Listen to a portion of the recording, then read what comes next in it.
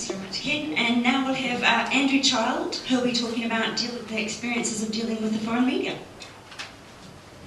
Okay, thanks, Paula. I'm going to speak from the lectern, if I may, something to do with my Church of England upbringing.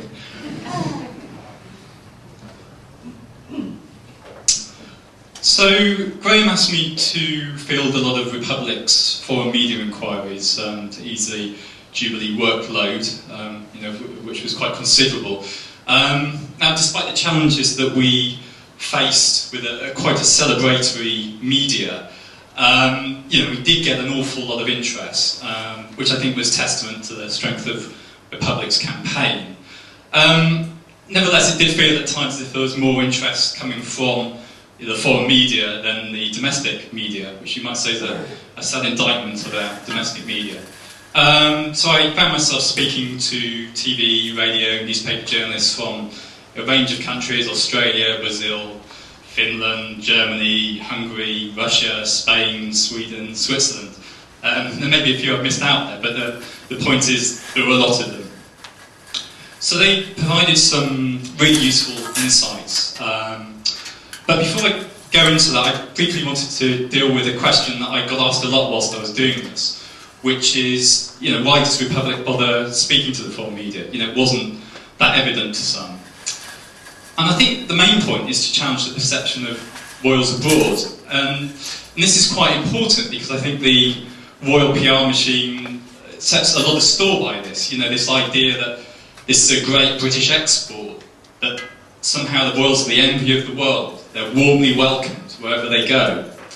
And of course, this is complete nonsense. But, the more we can encourage a reception for the royals when they do go abroad and represent us, and, that is what they're doing, that is indifferent, sceptical, dare I say even hostile, through the foreign media, then I think that would be extremely helpful to our cause and extremely damaging to the royal brand.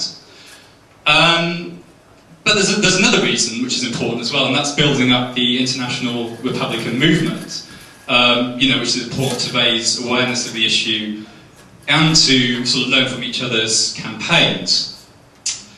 But moving on to the insights that I gleaned from talking to these foreign journalists, I suppose many of them came from the questions that I was asked, but also I suppose I spent a lot of time interviewing the people behind the cameras as well, and that was interesting, not least because you realise how many of them are sympathetic to the cause.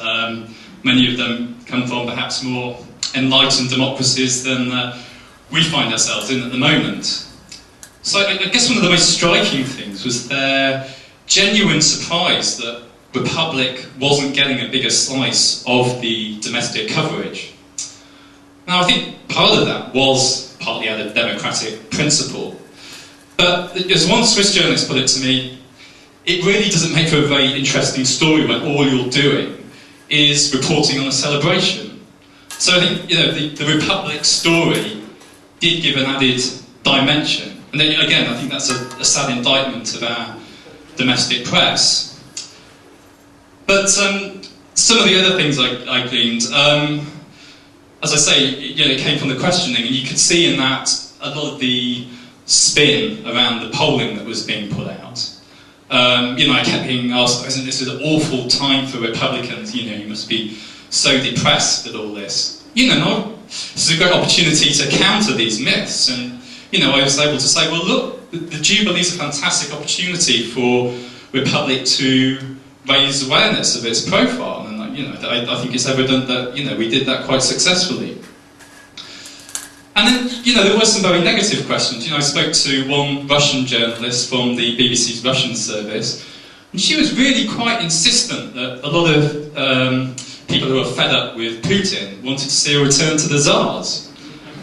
Extraordinary. And that somehow this meant that the British monarchy was a good thing.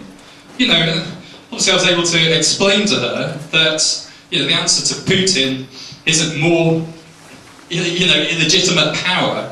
It's more democracy. That one form of illegitimate power is not checked by another form of illegitimate power.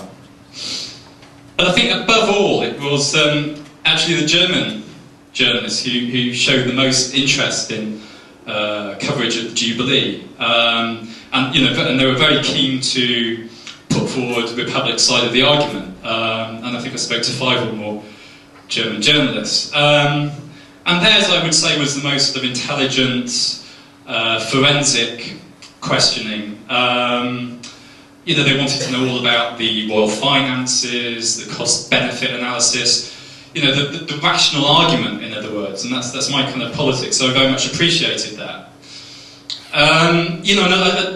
They were very sympathetic. I had a number on the day of the pageant texting me, to say good luck, and so that was nice. And as I say, they were sort of very sympathetic to the cause, and one radio journalist put it to me that the existence of the monarchy in Britain in the 21st century was a bit like the Enlightenment not having ever happened. But they also have some problems with their system, and I think whilst their political system is superior to ours, there is a certain amount of self-doubt at the moment.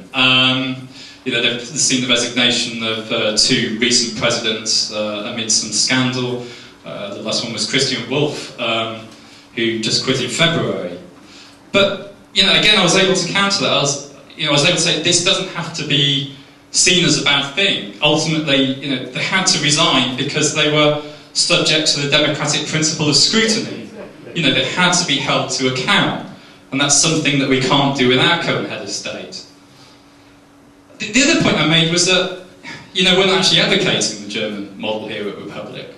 Their president is elected by politicians. But I think most of us would like to see a president elected by the people. Now, we often reference the Irish system, and rightly so, but, this got me thinking about this great opportunity we have to actually make the case for a truly radical Republican constitution. That's something that actually could be the envy of the world, rather than simply just copying something, rather than just sort of playing this catch-up game. So I think there is very much a positive vision that we want to project there. And then, I also saw a lot of sympathy from Spanish journalists, not least because they've got a monarchy that's perhaps even more egregious than ours. King Juan Carlos was away shooting elephants in Botswana, as the country teetered on the brink of a Eurozone bailout. The last point I want to make was a very insightful conversation I had with a Finnish TV journalist.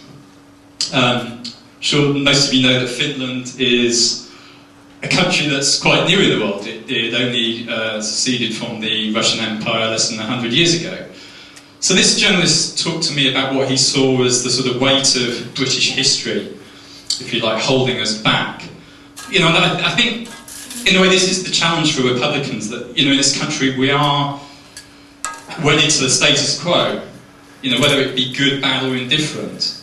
And I think we need to show that the monarchical status quo, is a very bad thing, and that a move to a Republican constitution would be a very good thing. And I just think, we need to help to encourage people to take that step, which would be a bold one, but I believe, profoundly a change for the better. So, that's really all I have to say. Thanks for listening, and I look forward to taking your questions later.